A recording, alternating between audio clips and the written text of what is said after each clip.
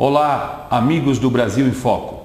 Meu nome é Mário Giorgi, sou professor da Faculdade de Ciências da Saúde de São Paulo e a partir de hoje terei a honra de dividir a apresentação do Momento Saúde junto ao meu colega Dr. Carlos Brunini. No programa de hoje, nós teremos a honra de receber a professora doutora Sandra Augusta Pinto, médica veterinária especialista em homeopatia. Seja bem-vinda, professora. Muito obrigado pela sua presença. Olá, Mário. Eu me sinto honrada de estar participando desse programa e estou inteira disposição. No assunto do dia, nós vamos conversar um pouquinho sobre homeopatia em veterinária. E a professora Sandra, especialista, vai nos contar o porquê que a levou a estudar homeopatia, já que você tem uma formação em veterinária. Por que homeopatia em veterinária, professora? Olha, Mário, o que aconteceu comigo foi até uma história engraçada. Quando eu estava fazendo medicina veterinária, eu estava quase terminando o curso, e aí eu tinha um cachorrinho que era um pincher, né? Todo mundo conhece a raça, e ele era terrível, muito agressivo, né? E a maior parte do tempo ele se masturbava, então eu tive grandes problemas com ele, além de ser muito ciumento. E daí, isso começou a ficar intenso e ele era tão agressivo que a gente não conseguia mais conviver com esse animal dentro de casa. Isso porque era um pincher, um cachorro bem pequenininho. Aí o que aconteceu? Eu levei num colega veterinário e depois de expor todos os problemas que eu estava passando com ele, esses distúrbios de comportamento, o colega me passou um tranquilizante com receita controlada, né? E aí eu voltei para casa muito insatisfeita. Falei, será que não existe outra terapia que vai agredir menos o meu animal e vai realmente tratá-lo? Porque o que eu pensei na época, como era estudante, eu pensei que o animal ia ser tratado com um químico, ia deixar ele bobo, dormindo o tempo todo, letárgico, e eu não ia ter um animal. Quando ele parasse de tomar medicação, ele ia voltar a ser agressivo, ciumento, né? E continuava se masturbando, né? E essa diferença entre o tratamento alopático, vamos chamar o tratamento convencional, através do medicamento, como você deu exemplo, tranquilizante, e o tratamento homeopático, qual a diferença dos dois, professora? Conta pra gente em relação a essa prescrição. Bom, daí eu conheci a homeopatia, mas quando eu me formei, eu vim a fazer o curso de especialização e a partir daí eu mesmo tratei o meu animal. E eu notei que com o tratamento homeopático, no começo era difícil de dar a medicação, então eu dava na água de bebê. Essa foi uma grande facilidade, porque ele não aceitava tomar nenhum remédio.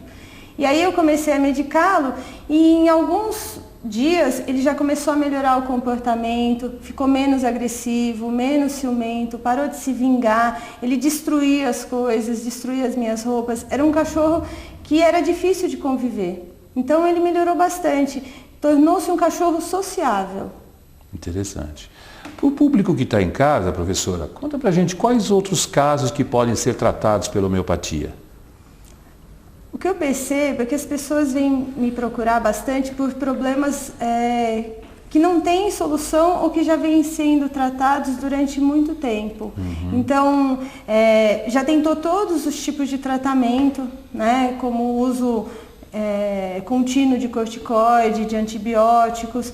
E aí, quando o cliente chega no meu consultório, ele já está desesperado, ansioso em ver o bem-estar do animal. E sabendo que o uso contínuo de alguns medicamentos acarretam tanto intoxicação hepática como uma insuficiência renal. Então isso traz o paciente e o proprietário a trazer o bicho na clínica veterinária e tratar com homeopatia.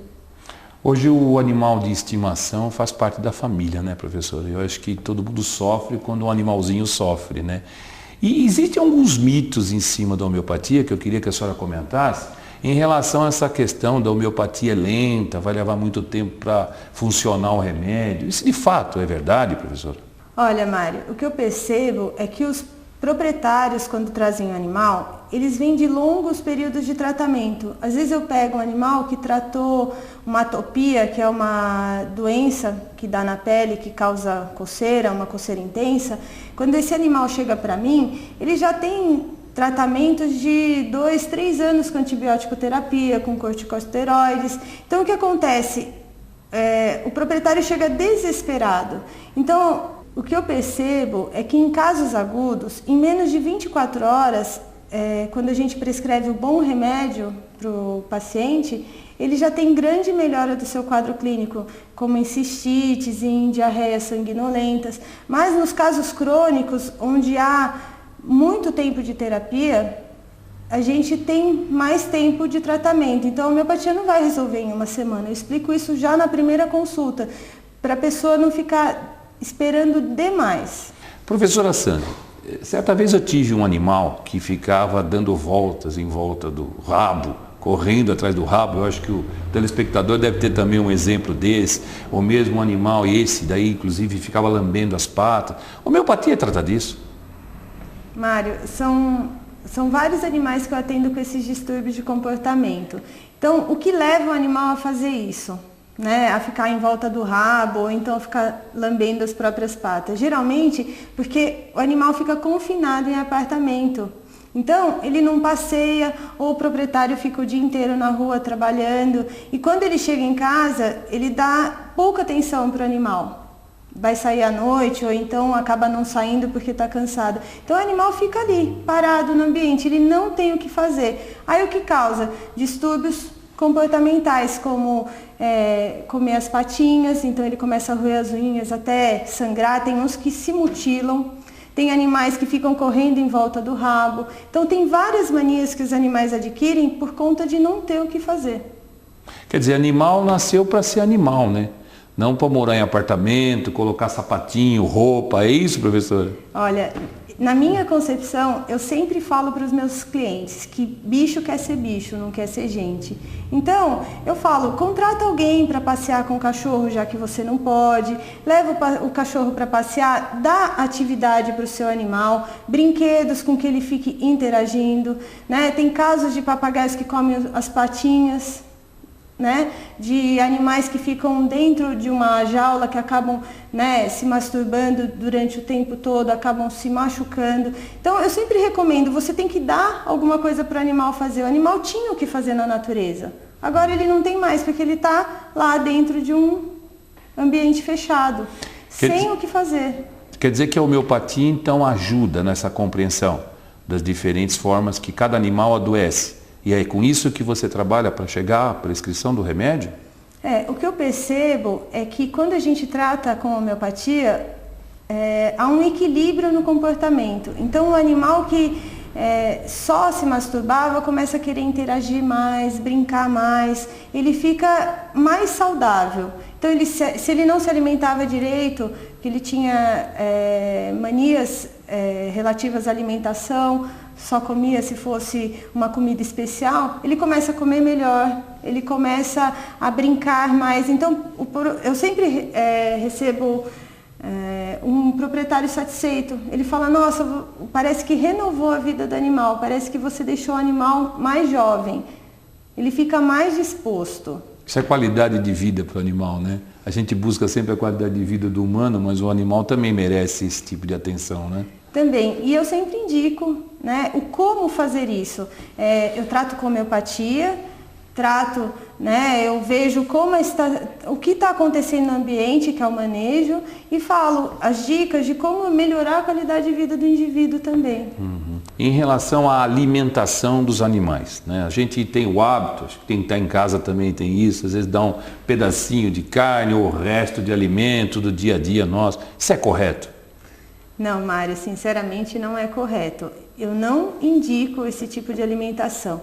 Hoje em dia no Brasil, nós temos diversas rações ou alimentos já próprios para os animais, com os nutrientes necessários. E quando a gente começa a alimentar o animal, do nosso lado, uma que é anti-higiênico, né? O animal tem que comer no pratinho dele, no lugar certo, e isso criar um hábito, senão você não consegue comer em paz. Imagina você com uma visita e o animal pedindo alimento.